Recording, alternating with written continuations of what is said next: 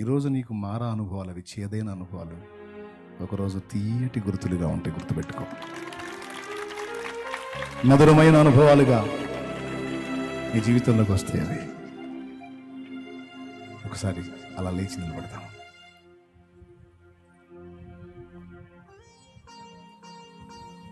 ఇప్పుడు ఈ మాట అర్థం కాక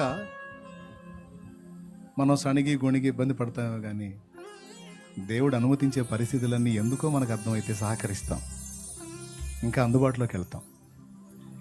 టీచర్ ఎందుకు గద్దిస్తుందో, సార్ ఎందుకు గద్దిస్తున్నాడో అర్థమైతే మన క్షేమం కోసమే కదా అని కొంతమంది పిల్లలకు అర్థమైంది. వాళ్ళకి దూరం కాదు, టీచర్కి మాస్టర్కి దూరం కాదు, ఇంకా దగ్గరికి వెళ్ళి డౌట్స్ అడిగి నాకు ఇది సరిగా రావట్లేదు టీచర్, నాకు కొంచెం అవగాహన కల్పించి ఇంకా రిక్వెస్ట్ చేసి మరి కోరుకుంటారు. సో మనకు అర్థం కాకపోతే పిల్లల చేష్టల్లాగా, పిల్లల మాటల్లాగా నాకే ఎందుకు ఎట్లా జరుగుతుంది, నన్ను ఎందుకు ఎట్లా చేస్తున్నాడు, దేవుడు పగబట్టాడు, దేవుడు కూడా జాలి లేదు, దేవుడు కూడా దయ లేదు, దేవుడు కూడా నా విషయంలో కఠినంగానే ఉన్న, ఇట్లాంటి మాటలు వస్తాయి పిల్లతనంలో.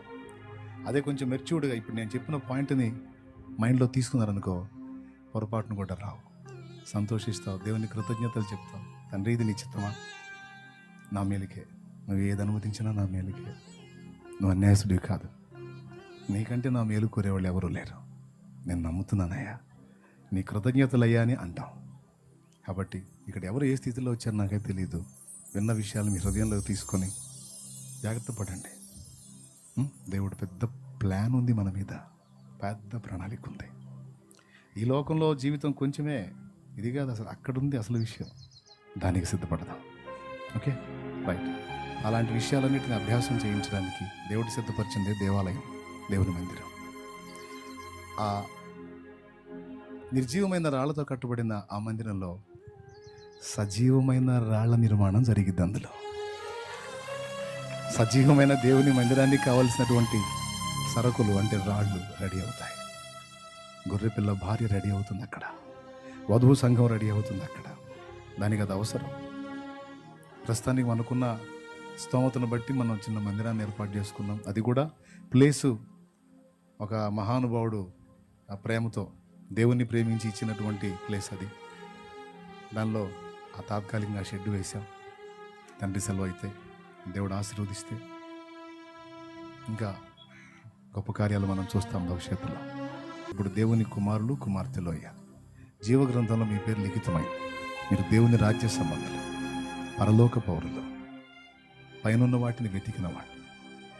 ప్రభు రాకడ ఈ క్షణం జరిగితే ముందు చేతులెత్తిన వాళ్ళు కాకుండా తర్వాత చేతులెత్తిన మీరు అందరూ కూడా ఎత్తబడతారు. కానీ ముందు చేతులు ఎత్తే చూడండి, ఇంకా పొందలేదని వాళ్ళకి తెలియక పొందలేదేమో, సరైన అవగాహన లేక పొందలేదేమో.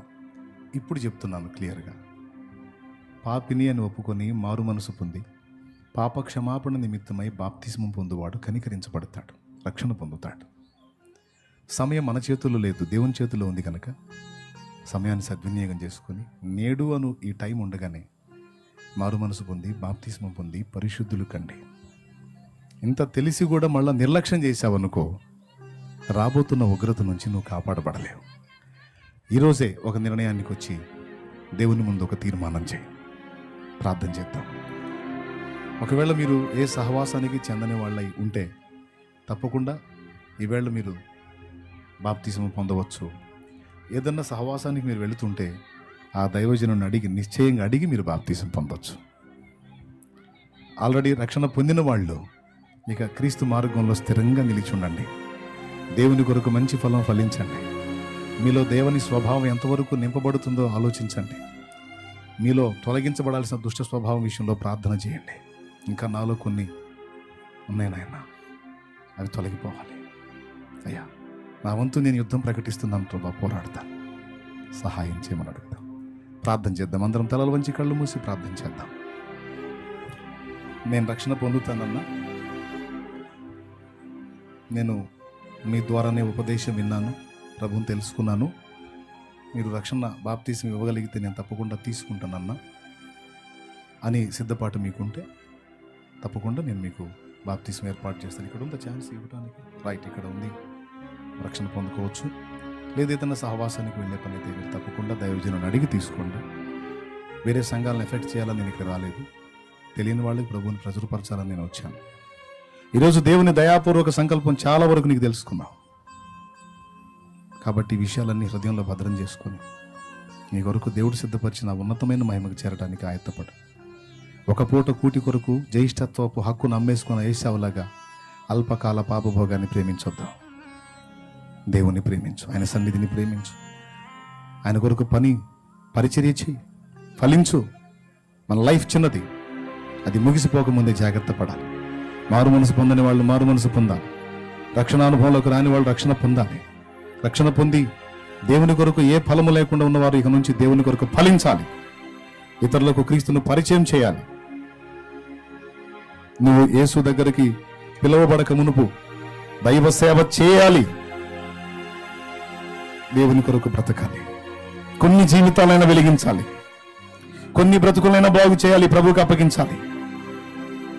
ఇతరుల కష్టం నువ్వు అనుభవించావు. ఎంతో మంది తమ ప్రాణాలు త్యాగం చేసి నీ దగ్గరికి సువార్త మోసుకొని వచ్చారు. మరి నీవు కూడా ఇతరులకు సువార్త పరిచయం చేయాలి కదా. నీ బాధ్యతను గుర్తిరిగి జాగ్రత్త పడు. ప్రార్థన చేద్దాం. ప్రేమ కలిగిన మా దేవా, దయ కలిగిన తండ్రి, నీకు స్తోత్రాలు, వందనాలు, కృతజ్ఞతలు ప్రభువా. మీ అనాది కాల ప్రణాళిక చొప్పున మీ దైవదాసుని మా మధ్యలోనికి నడిపించినందుకొరకే మీకు స్తోత్రాలు. ఈ తండ్రి సన్నిధి పరిచర్య ఈ ప్రాంతంలో ఏర్పాటు చేయడానికి నీ బిడ్డలు ఎంతో ప్రార్థించారు, ఆశించారు తండ్రి. వారి ఆశ చొప్పున మీరు ఇక్కడ ఏర్పాటు చేసిన ఈ మందిరాన్ని బట్టి మీకు వందనాలయ్యా. ఈరోజు మీరు మా అందరితో మాట్లాడినందుకే మీకు స్తోత్రాలు చెల్లిస్తూ ఉన్నాం తండ్రి. పాపలోకంలో దుష్ట స్వభావంతో ఉన్న మమ్ములను నీ కృపచేత మమ్మలను ఏర్పాటు చేసుకొని నీ రక్తంతో మమ్మలను కడిగి పరిశుద్ధపరిచి మాలో ఉన్న పాపాన్ని తొలగించి మమ్మల్ని పరిశుద్ధపరిచి నీతిమంతులుగా తీర్చి నాయన మీ చిత్తాన్ని నెరవేర్చడానికి మీరు పూనుకున్న ఈ పని కొరకై మీకు స్తోత్రాలు స్తోత్రాలు స్తోత్రాలు స్తోత్రాలు నాయన. ఇప్పటికే మా జీవితంలో ఎంతో మార్పును తీసుకొని వచ్చావు ప్రభువా. ఇంకా సంపూర్ణ సిద్ధిలోనికి మమ్మల్ని నడిపించండి తండ్రి. మీ చిత్తాన్ని గుర్తించిన ప్రభువా మీకు సహకరిస్తూ ముందుకు కొనసాగడానికి సహాయం దయచేయండి తండ్రి. ఇక్కడున్న ఒక్కొక్కరిని పేరు పేరున దీవించండి ప్రభువా. వాక్యపు విత్తనాల్లో నూరంతులుగా ఫలించడానికి సహాయం దయచేయండి తండ్రి.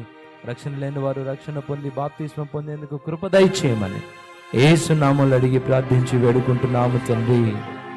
ఆమేన్, ఆమేన్.